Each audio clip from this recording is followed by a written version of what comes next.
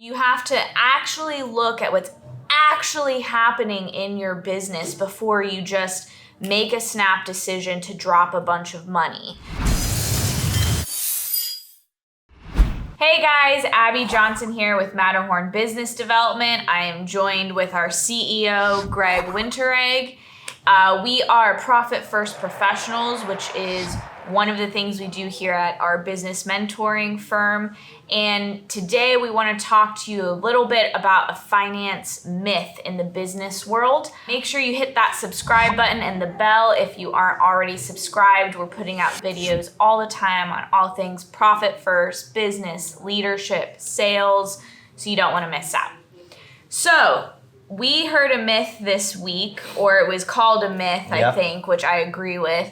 And that is, you need to spend money to make money. Let's talk a little bit about that and why we're calling it a myth. It's real easy to fall into a trap as a business owner. Especially some of these purchases can end up being thousands, tens of thousands, who knows, hundreds of thousands of dollars. And the way to justify it is, well, you have to spend money to make money. Everybody knows that. Yeah. But you have to stand back and take a look. Is the money that you're spending your money?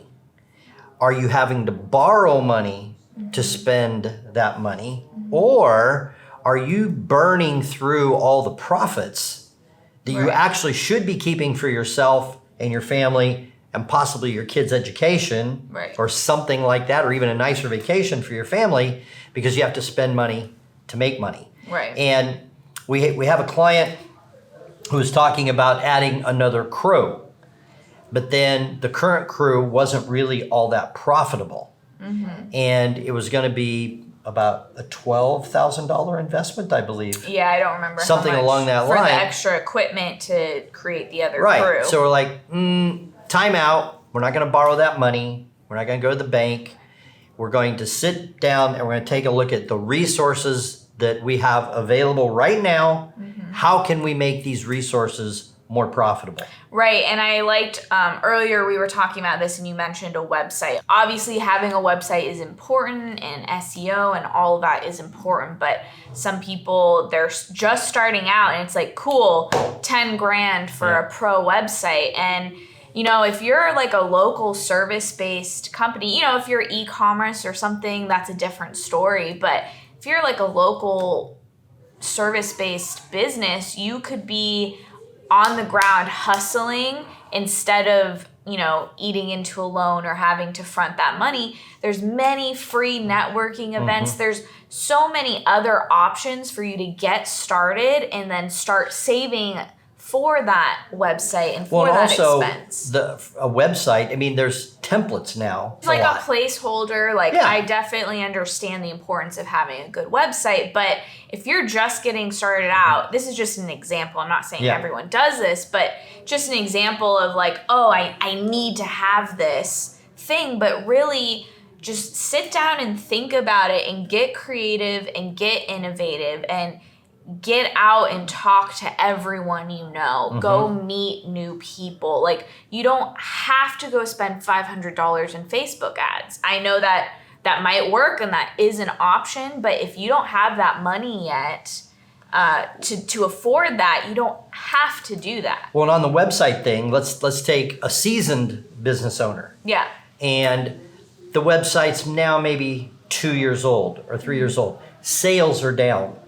And somebody goes, oh, you know, I looked at your website. It's not very nice. Oh, man, we're going to drop 20 grand. And all of a sudden, it just got to spend money to make money. Right. And so that... But then you aren't looking at, well, what's happening with the sales reps? Exactly. Like, Joe over there actually, you know, has had a midlife crisis and stopped closing as much. Like, you have to actually look at what's actually happening in your business before you just make a snap decision to drop a bunch of money.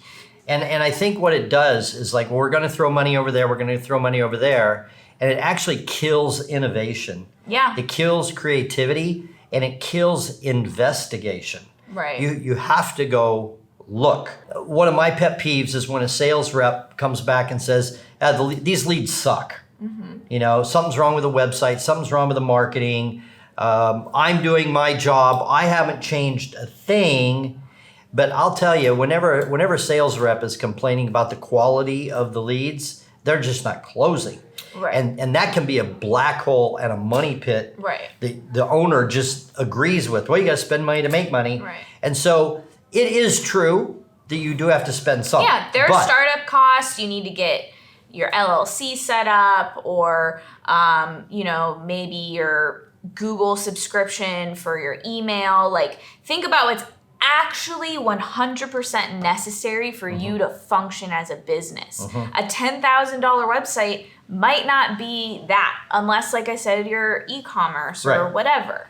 Right. And then that's what I really like about the Profit First system, is what we're doing with our clients is looking at those needs. Like, if they have medical equipment they're going to need to be buying, or the landscaper who will need a crew in the future, or who has seasonality and needs to plan. We plan ahead for those things, and we're able to section off that money and start saving for it in advance, so that when the time comes, you actually can afford that expense. Yeah, because we're always looking 6 to 12 months down the road. Yeah. As we're making our plans for that. And yeah, we will spend the money, but we're going to make it first. Right. And so to me, this is about using the resources that you have, the money that you have, the available equipment, the available staff, and getting smarter and wiser and more frugal about how you're going to be spending your money within the business.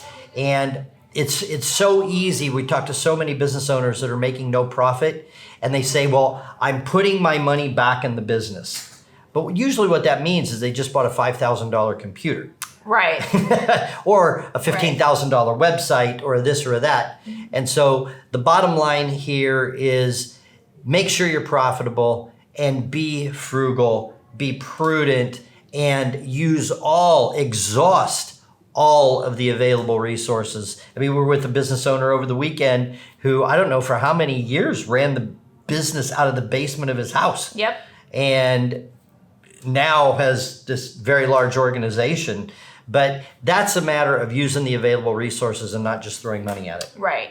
So if you haven't heard of Profit First, or you aren't familiar with the system, I'll put a link up here to our video about that. There's also a link in the description box below for the first 2 chapters. It's our free gift to you. So definitely check out the Profit First system to help you plan. That's what it really does, is drives innovation, creativity. It's not just about cutting expenses. It's about getting creative with how you manage your money in your business. So highly recommend that for you. Please leave us a comment and let us know what you think, or if you have any questions on this, and we'll see you next time.